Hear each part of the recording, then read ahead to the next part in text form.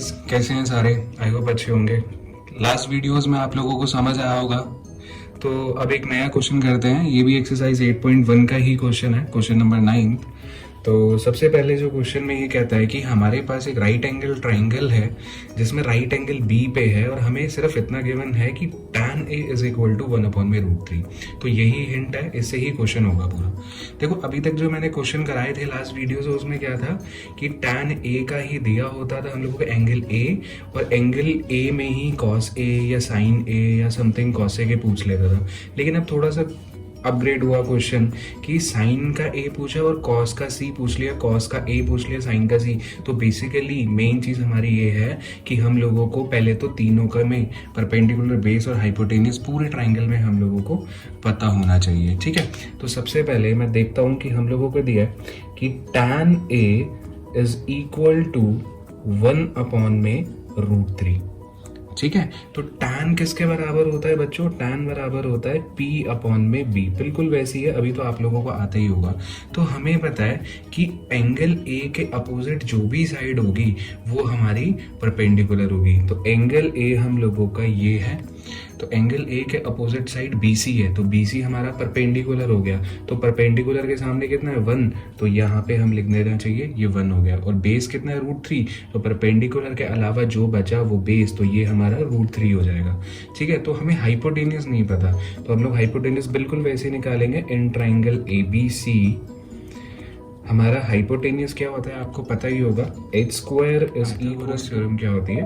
h² is equal to p² plus b²। ठीक है, तो हाइपोटेनियस हम लोगों को निकालना है, तो हमें उसकी वैल्यू नहीं पता है। तो h² ये है हमारा, परपेंडिकुलर कितना है हमारा? 1 है, तो 1 का स्क्वायर प्लस में b कितना है हमारा? √3। √3 लिखेंगे और उसका स्क्वायर करना है, तभी b² का मतलब ये होता है। ठीक है, तो h² is equal to 1 plus में 3 हो गया, तो h² इज इक्वल टू 4 हो जाता है।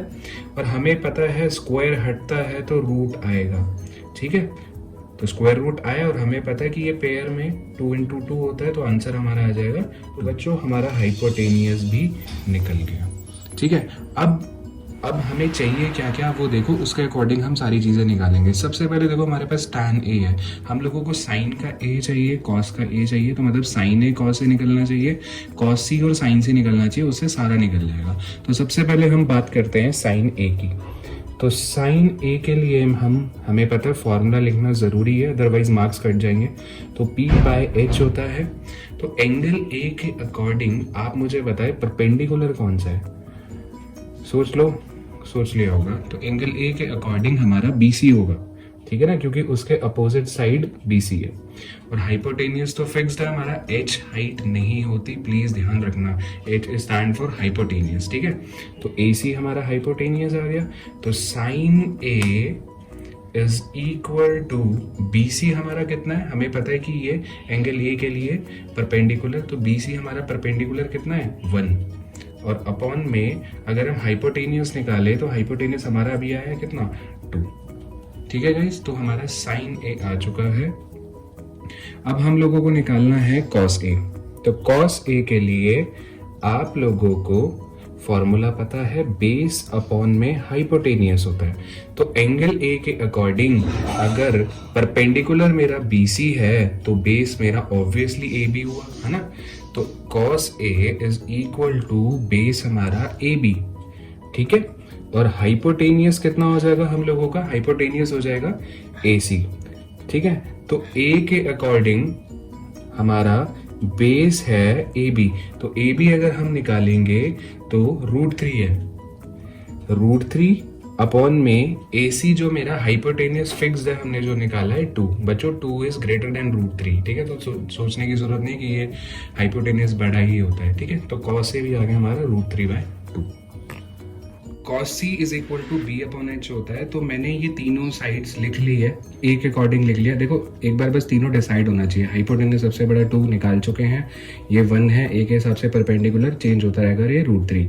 तो एंगल C के सामने वाला ये परपेंडिकुलर होगा, तो बेस कितना है? BC। BC की वैल्यू कितनी है? 1। ये मैंने इसलिए लिखी है ताकि आपको कंफ्यूजन ना हो।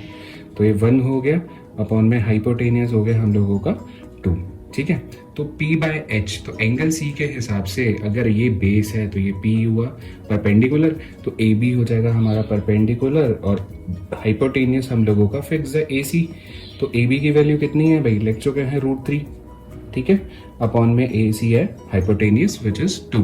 तो कंफ्यूज मत होना, आप किसी के अकॉर्डिंग भी तीनों लिख लो, वो चेंज होता रहेगा, C के हिसाब से वैल्यू वही रहेगी। तो एंगल A के अकॉर्डिंग परपेंडिकुलर सामने वाला 1 होता है, तो मैंने ये परपेंडिकुलर ये 1 है, मतलब कि परपेंडिकुलर 1 है, तो मैंने A के हिसाब से ये 1 लिख दिया, बेस बचा हुआ √3 और हाइपोटेनियस 2 हो गया, तो मैंने वैल्यूज लिख लिया, ठीक है, ताकि कन्फ्यूजन ना हो।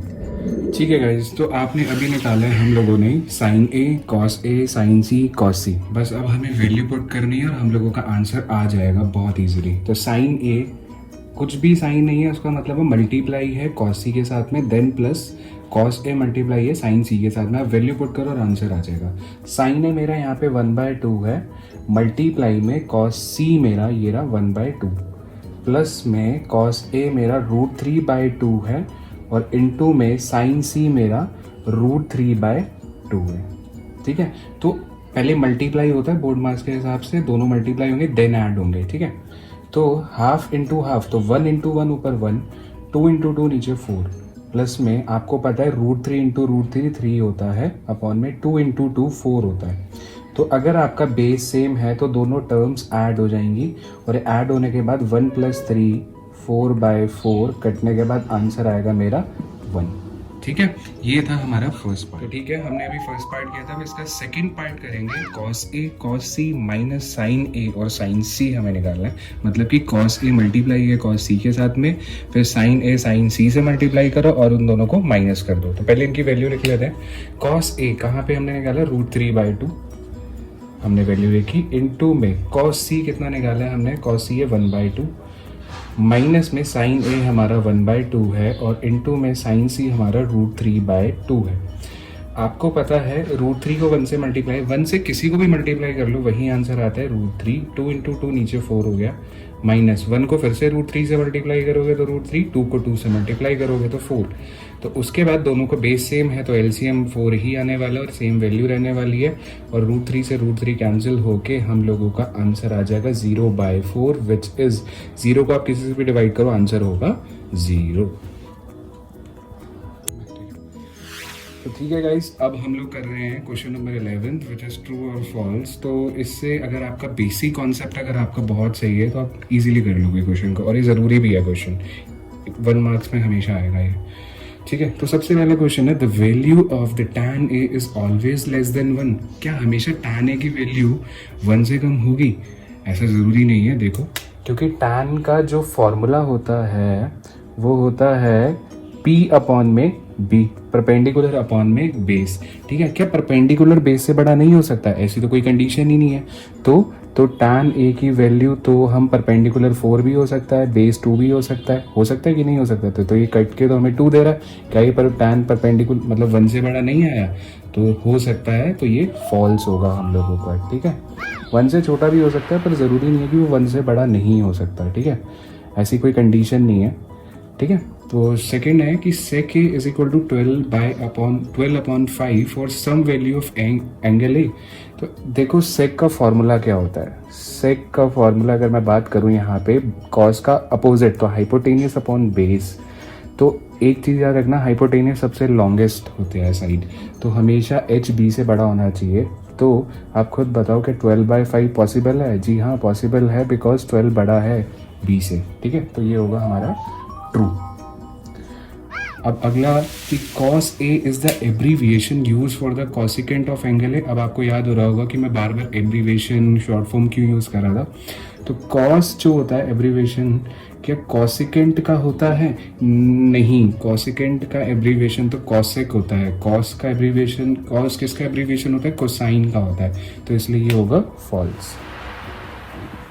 उसके बाद क्या cot a is the product of cot and a? नहीं, बिल्कुल गलत है, ये प्रोडक्ट नहीं होता, ये एक ही टर्म होती है cot a।